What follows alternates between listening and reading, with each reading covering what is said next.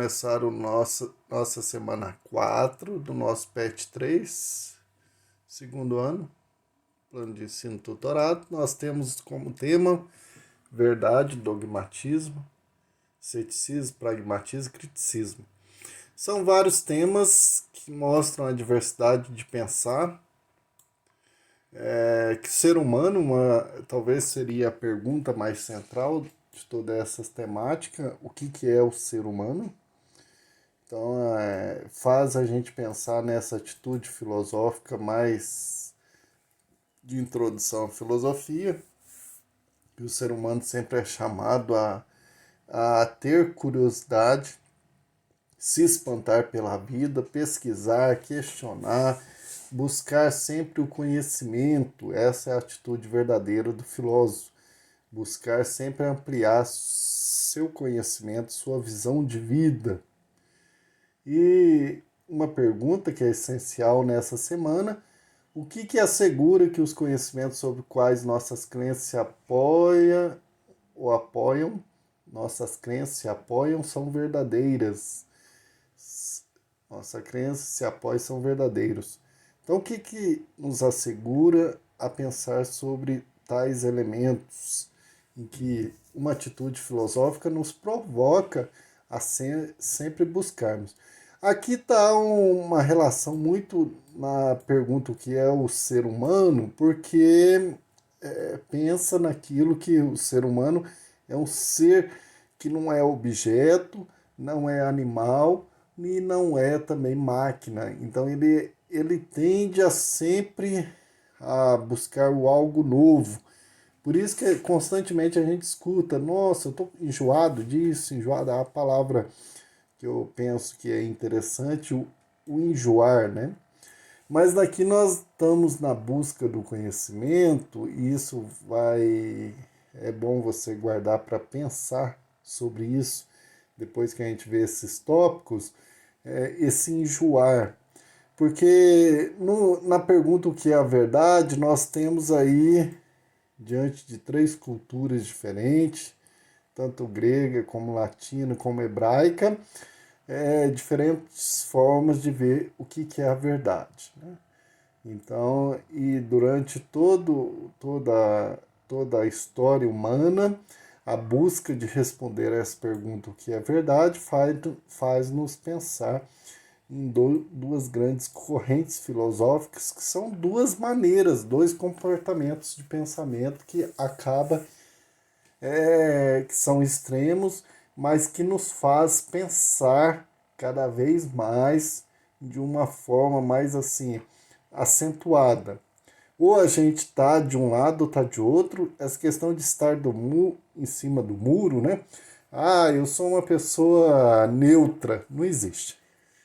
Principalmente diante daquilo que é o conhecimento, não tem como, filosoficamente falando. Então, ou a pessoa é cética, sempre está duvidando de tudo, mas é um duvidar ativo, de pesquisar, ou a pessoa é dogmática também. Uma pessoa dogmática é que ela defende certas verdades, tem uma segurança e também pesquisa para que essa segurança permaneça. Então nós temos duas posições aí que são sempre antagônicas e que não existe o mesmo meio termo. As pessoas que buscam o meio termo são aquelas que buscam fugir de um debate, de uma posição para querer se livrar de certos posicionamentos. Nossa concepção de verdade abrange o que é a realidade, o que foi os acontecimentos do passado e o que será as ações do futuro. Então a concepção de verdade, ela sempre vai questionar aquilo que é o real e aquilo que é o que está por vir, ou aquilo que já veio e que nos questiona constantemente. O dogma ele é importante. Naturalmente a gente acaba se apegando em verdades, porque uma vida dinâmica ninguém aguenta até certo ponto. Enquanto a gente tem energia, tem pulsações, tem toda uma forma de busca. Isso pode ser constantemente durante a vida, depende de como a pessoa cultiva. Então, essa dinâmica de vida, ela faz parte, sim, do ser humano que está aberto. O que é o dogmatismo? Então, é a crença de que é possível alcançar verdades absolutas ou ainda a busca pelo conhecimento que ultrapassa as faculdades de conhecer da razão. E quem é o primeiro que nós temos relato que evidenciou esse tipo de termo e que ressaltou e que disse foi o sexto empírico, que ele é considerado um cético. E ele que um cético pirrônico, de pirro, então que vem lá do ceticismo.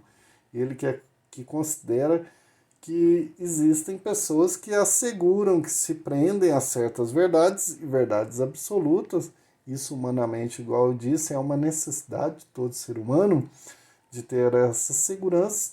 Isso é o chamado dogmatismo. O ceticismo vem de Pirro, que é o primeiro lá antes de Cristo, século IV, que é caracterizado como o que é o cético. A pessoa cética é aquele que duvida de todos os fenômenos que rodeiam o ser humano.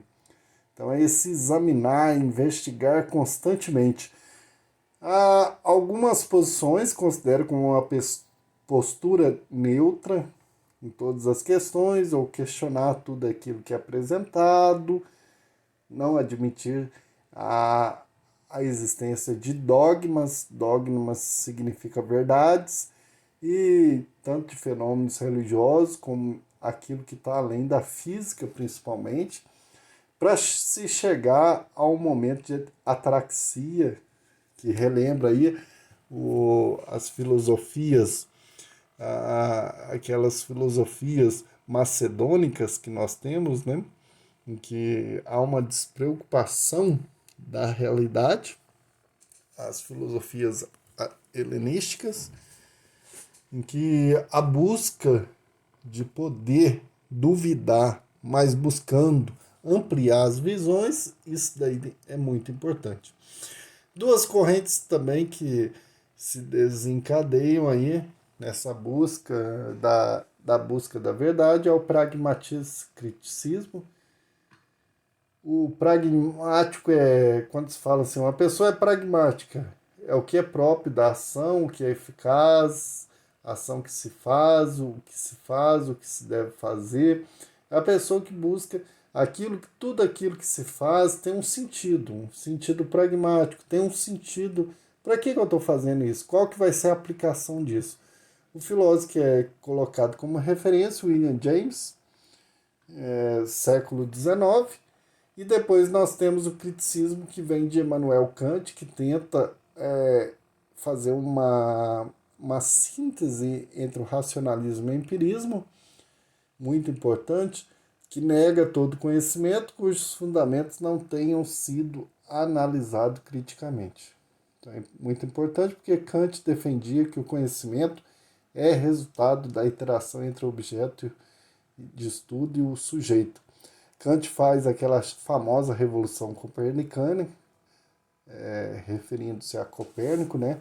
Que agora não é a Terra que está no centro do universo, mas o Sol. Não é o objeto que está no centro, mas o sujeito que conhece, ele que é o principal. E Kant vai acreditar que a possibilidade do conhecimento, mesmo que defenda que um indivíduo, a partir da sua sensibilidade, de buscar essas informações pelos sentidos, é ele que vai, ao externar aí as características desse objeto, ele tem certas categorias que estão na sua mente. E a sua mente, ao relacionar com esse objeto, vai refletir o que está nessa relação. Isso daí é muito importante na filosofia de Kant, nesse criticismo.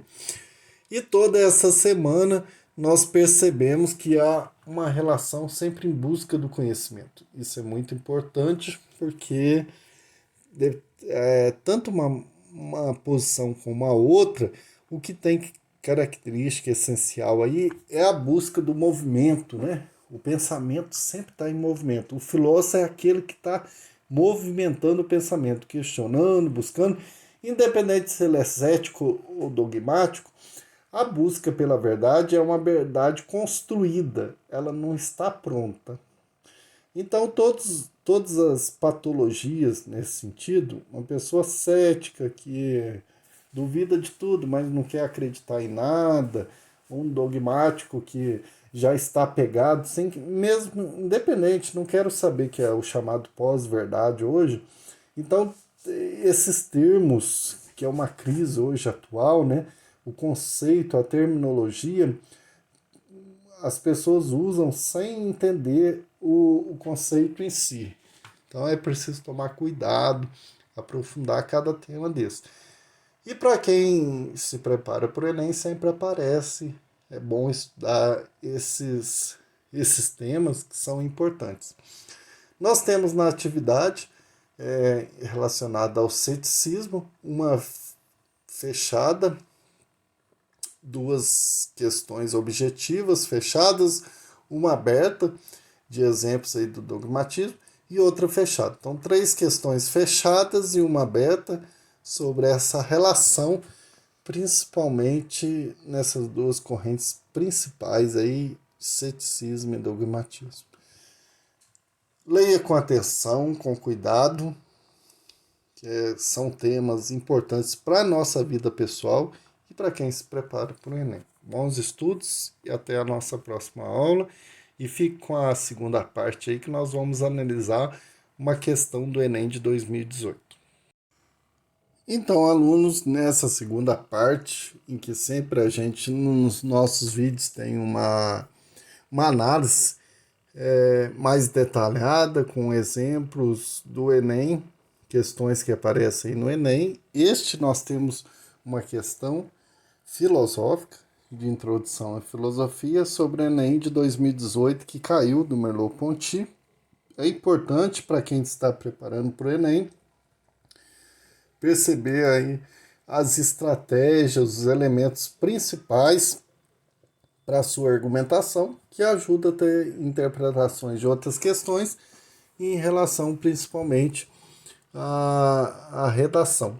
Nós temos um texto que vem do Elogio da Filosofia de Merleau-Ponty, grande filósofo aí contemporâneo, que diz o seguinte: o filósofo reconhece-se pela posse inseparável do gosto da evidência e do sentido da ambiguidade. Então coloca aí um elemento que a ciência ela busca a evidência, mas o filósofo ele tem entre a evidência e a ambiguidade porque ele está sempre questionando. Quando se limita a suportar a ambiguidade, esta se chama equívoco. Sempre aconteceu que mesmo aqueles que pretenderam construir uma filosofia absolutamente positivista ou positiva, só conseguiram ser filósofos na medida em que simultaneamente se recusaram o direito de se instalar no saber absoluto. O que caracteriza o filósofo é o movimento que leva incessantemente do saber à ignorância, da ignorância ao saber, e um certo repouso nesse movimento. Então é importante a gente perceber que a filosofia, apesar que em certas épocas, principalmente na modernidade, sempre foi confundida como ciência, de certa forma positiva, pragmática.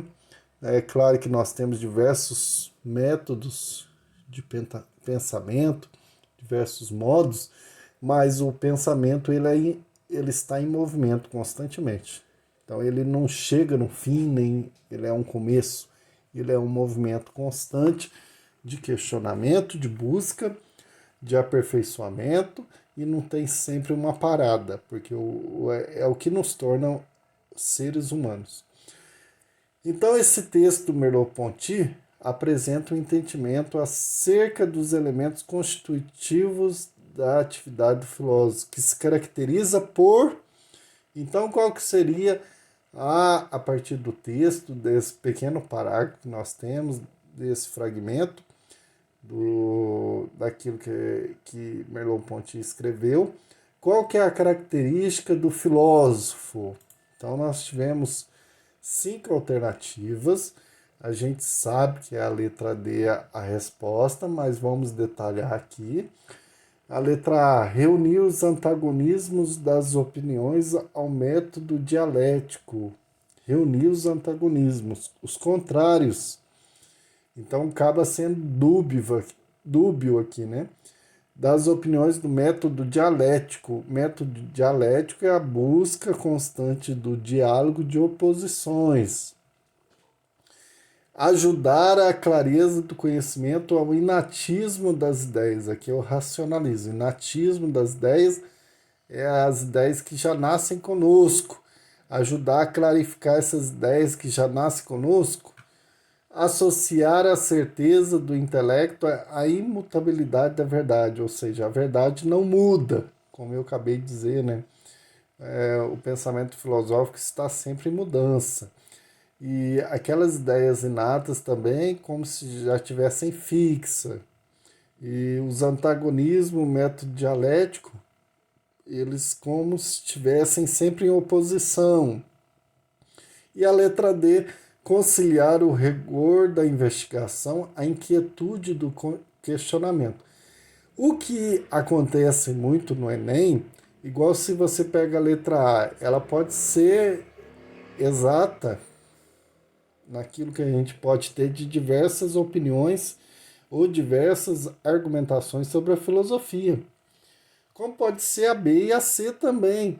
Mas aqui, ó, o texto, o que o texto apresenta? Ele percebe que há esse rigor, igual eu disse, há uma questão da ciência e, ao mesmo tempo, a posição do filósofo que está sempre inquieto. Então, não basta só ter alternativas, essa daqui é uma questão até que eu considero assim de médio conhecimento, porque não basta somente ter a questão da resposta correta, é o que pede o texto. E o texto do Merleau-Ponty, ao mesmo tempo que mostra que o pensamento filosófico é um pensamento científico e ao mesmo tempo aberto, porque ele é inquieto, ele sempre está se questionando. A letra E, compatibilizar as estruturas do pensamento aos princípios fundamentais. Pode até ser uma alternativa que considera elementos da filosofia importantes aqui, mas é o que diz no texto? Compatibilizar essas estruturas do pensamento aos princípios fundamentais, isso é só ciência. A filosofia vai muito mais além. Então, o texto de um pensador contemporâneo, que é o Merleau-Ponty, discute sobre a essência da atividade filosófica, fazendo que, concomitantemente, há uma crítica aí às posições positivistas, a ciência é isso, e dogmáticas do saber filosófico. Então, há uma navegação entre aquilo que é e aquilo que pode ser, ou aquilo que deveria ser. Então, o filósofo não é simplesmente um cientista, não é simplesmente um futurista, é alguém em movimento, sempre questionando. Porque, segundo o autor, o filósofo é o sujeito que se posiciona num circuito entre o que é ignorante, entre o que sempre está em busca do saber e o saber, que ele se apodera, como se pudesse fazer uma menção à afirmação socrática, porque Sócrates sempre questionava: eu conheço, mas ao mesmo tempo eu estou aberto ao conhecimento, porque sábio não é aquele que reconhece o que sabe, mas sim aquele que reconhece os limites da própria ignorância. E esses limites não são simplesmente eu já sei, mas eu percebo que eu sei o que eu deveria saber, o que pode ser sabido. De modo que o questionamento sempre pulsante deve ser justamente o que proporciona o movimento do pensar, a dúvida e a resposta, componente da reflexão filosófica. Aí que está o que os jovens hoje, principalmente essa geração nossa, tem dificuldade, e aí tá os nossos governantes que aproveitam, né, dessa dificuldade de dizer que filosofia não serve para nada, mas a filosofia está nesse momento em que há a dúvida e a resposta, mas ela está sempre num processo de movimento, de busca constante de questionar. O filósofo não é aquele que encontra a resposta e não é aquele que deixa de encontrar ela também. Ele está em movimento. Isso daí é importantíssimo. E a que corresponde àquilo que Merleau-Ponty diz, que é essa atitude do filósofo, que é aquele que tem um rigor na investigação, mas ao mesmo tempo é inquieto, está em busca, porque ele está em movimento, é a que corresponde à letra D. Então a resposta de médio aí, até mesmo caminhando para o difícil, porque você tem que ter essa concepção do filósofo. Ele não é cientista, não é do senso comum, não é alguém religioso, mas o princípio filosófico é um ser em movimento, é uma busca constante do questionar, em que busca essas respostas, mas nem sempre está satisfeito com elas, está sempre aberto a novos conhecimentos. Então, nesse sentido, nós temos aí mais uma questão do Enem, que nos implica um conhecimento de buscar um entendimento do que é a filosofia, o que é ser filosófico. Bons estudos, boas leituras, continue buscando aí o conhecimento, a se aprofundar nessa busca de se aperfeiçoar, de se preparar para o Enem e até a nossa próxima aula.